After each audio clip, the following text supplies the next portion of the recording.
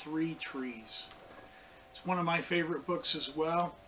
And it's a book that is both appreciated by children and adults. Listen to the story.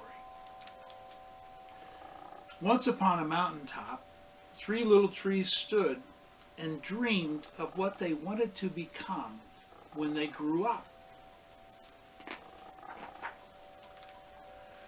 The first little tree looked up at the stars twinkling like diamonds above him.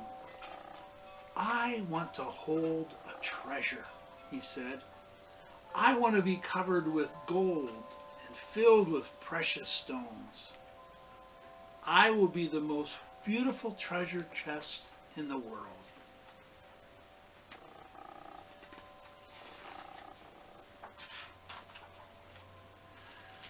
The second little tree looked out at the small stream trickling by on its way to the ocean. "I want to be a strong sailing ship," he said. "I want to travel mighty waters and carry powerful kings. I will be the strongest ship in the world." The third little tree looked down into the valley below where busy men and busy women worked in a busy town. "I don't want to leave this mountaintop at all," he said.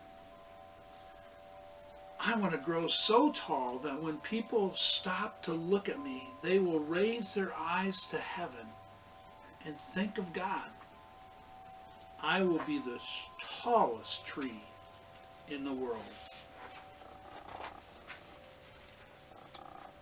Years passed. The rains came. The sun shone. And the little trees grew tall. One day, three woodcutters climbed the mountaintop. The first woodcutter looked at the first tree and said, "This tree is beautiful. It's perfect for me." With the swoop of his shining axe, the first tree fell. "Now I shall be made into a beautiful chest," thought the first tree. "I shall hold wonderful treasure."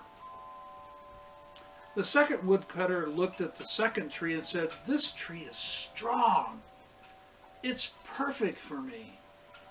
With the swoop of a shining axe, the second tree fell. "Now I shall sail mighty waters," thought the second tree.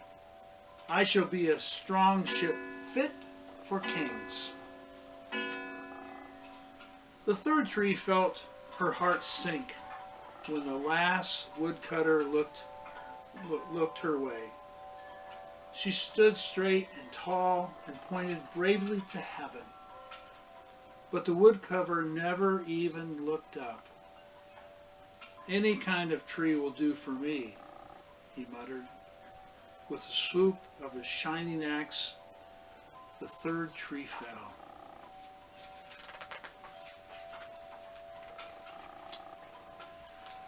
The first tree rejoiced when the woodcutter brought him to a carpenter's shop.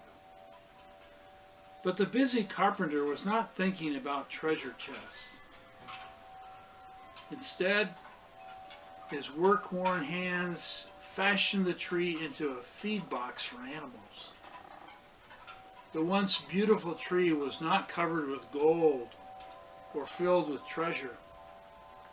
He was coated with sawdust and filled with hay for hungry farm animals. The second tree smiled when the woodcutter took him to a shipyard, but no mighty sailing ships were being made that day. Instead, the once strong tree was hammered and sawed into a simple fishing boat, too small and too weak to sail an ocean or even a river. It was taken to a little lake. Every day he brought in loads of dead, smelly fish. The third tree was confused when the woodcutter cut her into strong beams and left her in a lumberyard. What happened? The once tall tree wondered. All I ever wanted to do was to stay in the mountaintop and point to God. Many, many days and nights passed. The three trees nearly forgot their dreams. But one night, golden starlight poured over the first tree as a young woman placed her newborn baby in the feed box. I wish I could make a cradle for him, her husband whispered. The mother squeezed his hand and smiled as the starlight shone on the smooth and sturdy wood. This manger is beautiful, she said. And suddenly the first tree knew he was holding the greatest treasure in the world. One evening, a tired traveler and his friends crowded into the old fishing boat. The traveler fell asleep as the second tree quietly sailed out into the lake. Soon a thundering and thrashing storm arose. The little tree shuddered. He knew he did not have the strength to carry so many passengers safely through the wind and the rain. The tired man awakened. He stood up and stretched out his hand and said, "Peace." The storm stopped, and as quickly as it had begun. And suddenly the second tree knew he was carrying the King of heaven and earth.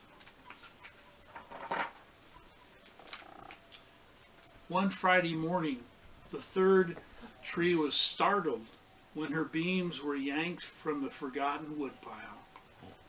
She flinched as she was carried through an angry, jeering crowd. She shuddered when soldiers nailed a man's hand to her. She felt ugly and harsh and cruel. But on Sunday morning, when the sun rose and the earth trembled with joy beneath her, the third tree knew that God's love had changed everything. It had made the first tree beautiful. It had made the second tree strong. And every time people thought of the third tree, they would think of God. That was better than being the tallest tree